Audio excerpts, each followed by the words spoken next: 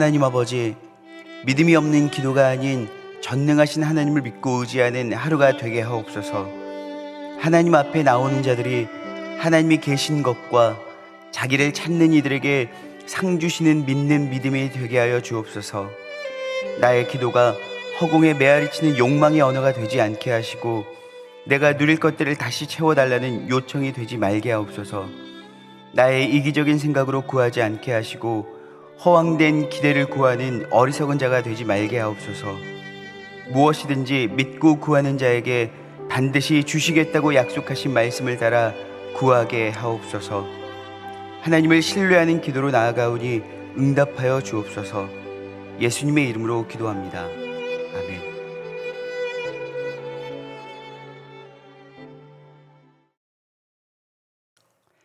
찬송가 342장 찬송하시겠습니다.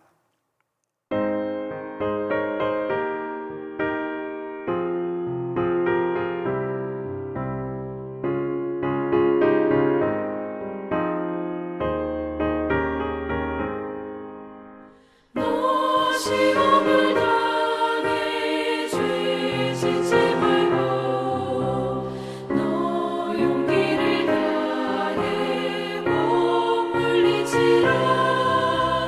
너 시험을 이겨 새 힘을 얻고 주 예수를 믿어 늘 승리하라.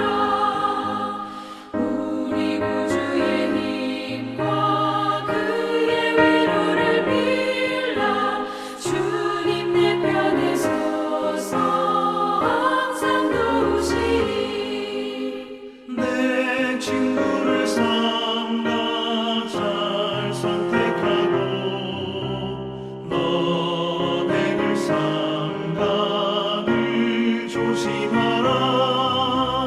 너 열심을 다해 늘 충성하고 온 정성을 다해 주 봉사하라. 우리 구주의 힘과 그의 위로를 빌라. 주님 내 편에 서서 항상 도우시리.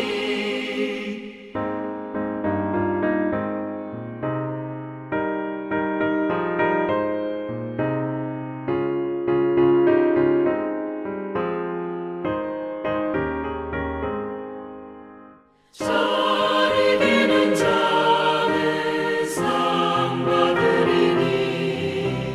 너 낙심치 말고 늘 전진하라. 내 구세주 예수 힘 주시리니. 주 예수를 믿어 늘 승리하라. 우리 구주의 힘과 그의 위로를 빌라. 주님 내 편에 서서 항상 도우시리.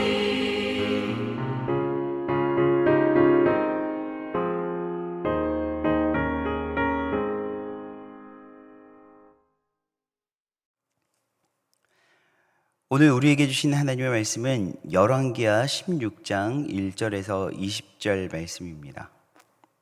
열왕기하 16장. 르말랴의 아들 베가 제17년에 유다의 왕 요담의 아들 아하스가 왕이 되니 아하스가 왕이 될 때의 나이가 20세라. 예루살렘에서 16년간 다스렸으나 그의 조상 다윗과 같지 아니하여 그의 하나님 여호와께서 보시기에 정직히 행하지 아니하고 이스라엘의 여러 왕의 길로 행하며 또 여호와께서 이스라엘 저선 앞에서 쫓아내신 이방 사람의 가증한 일을 따라 자기 아들을 불 가운데로 지나가게 하며 또 산당들과 작은 산 위와 모든 푸른 나무 아래에서 제사를 드리며 분향하였더라. 이때 아람의 왕 르신과 이스라엘의 왕 르말랴의 아들 베가가 예루살렘에 올라와서 싸우려 하여 아하스를 에워쌌으나 능히 이기지 못하니라. 당시에 아람의 왕 르신이 엘랏을 회복하여 아람에 돌리고 유다 사람을 엘랏에서 쫓아내었고 아람 사람이 엘랏에 이르러 거기에 거주하여 오늘까지 이르렀더라. 아하스가 아수르 왕 디글랏 빌레셀에게 사자를 보내 이르되 나는 왕의 신복이요 왕의 아들이라. 이제 아람 왕과 이스라엘 왕이 나를 치니 청하건대 올라와 그 손에서 나를 구원하소서 하고 아하스가 여호와의 성전과 왕궁 곳간에 있는 은금을 내어다가 아수르 왕에게 예물로 보냈더니 아수르 왕이 그 청을 듣고 곧 올라와서 다메섹을 쳐서 점령하여 그 백성을 사로잡아 기르로 옮기고 또 르신을 죽였더라. 아하스 왕이 아수르의 왕 디글랏 빌레셀을 만나러 다메섹에 갔다가 거기 있는 제단을 보고 아하스 왕이 그 제단의 모든 구조와 제도의 양식을 그려 제사장 우리아에게 보냈더니 아하스 왕이 다메섹에서 돌아오기 전에 제사장 우리아가 아하스 왕이 다메섹에서 보낸 대로 모두 행하여 제사장 우리아가 제단을 만든지라. 왕이 다메섹에서 돌아와 제단을 보고 제단 앞에 나아가 그 위에 제사를 드리되 자기의 번제물과 소제물을 불사르고 또 전제물을 붓고 수은제 짐승의 피를 제단에 뿌리고 또 여호와의 앞 곧 성전 앞에 있던 놋제단을 새 제단과 여호와의 성전 사이에서 옮겨다가 그 제단 북쪽에 그것을 두니라. 아하스 왕이 제사장 우리아에게 명령하여 이르되 아침 번제물과 저녁 소제물과 왕의 번제물과 그 소제물과 모든 국민의 번제물과 그 소제물과 전제물을 다 이 큰 제단 위에 불사르고 또 번제물의 피와 다른 제물의 피를 다 그 위에 뿌리라.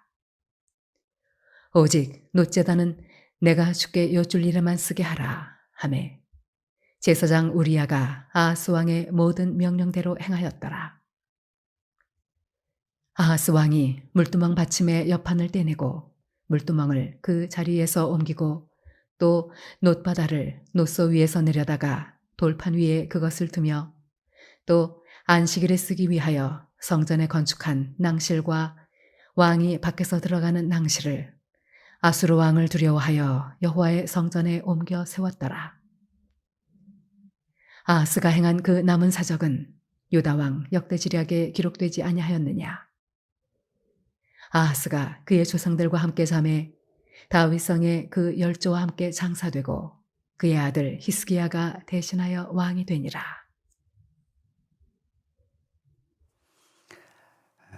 오늘 소개되는 남유다의 왕은 아하스입니다.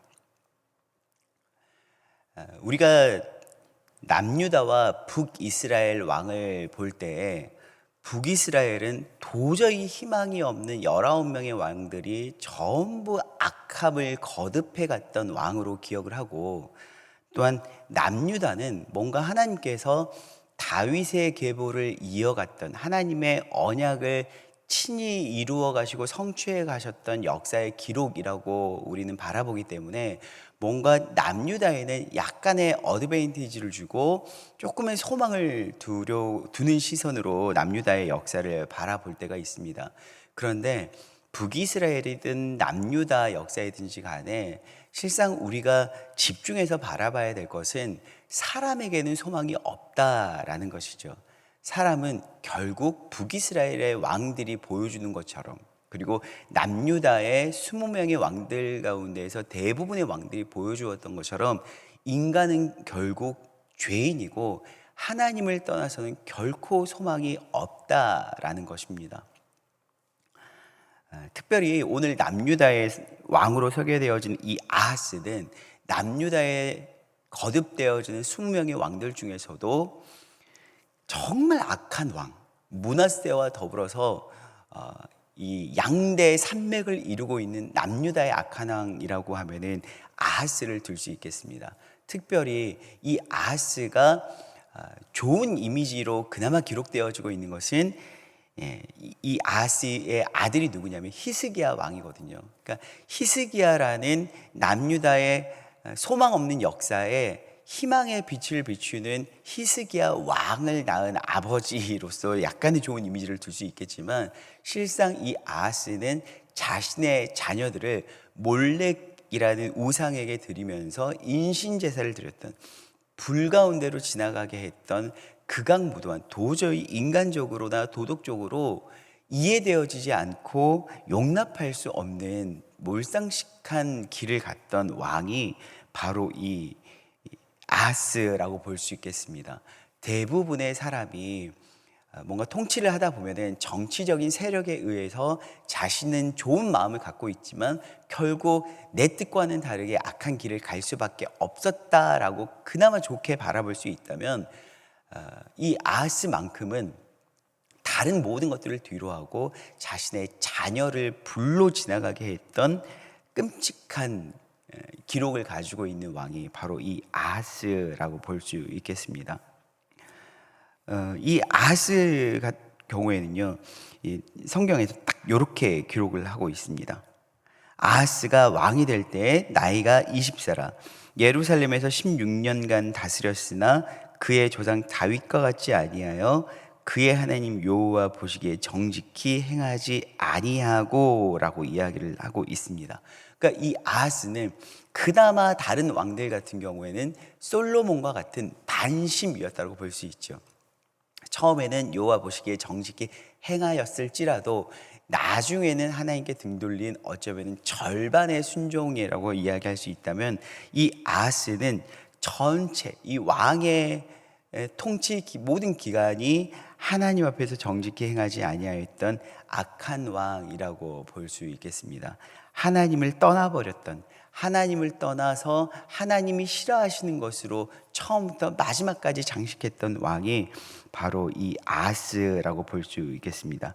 그런데 이 아하스 같은 경우에는요, 여러분, 불 가운데 지나게 했을 뿐만이 아니라 4절 또 이렇게 기록하고 있습니다.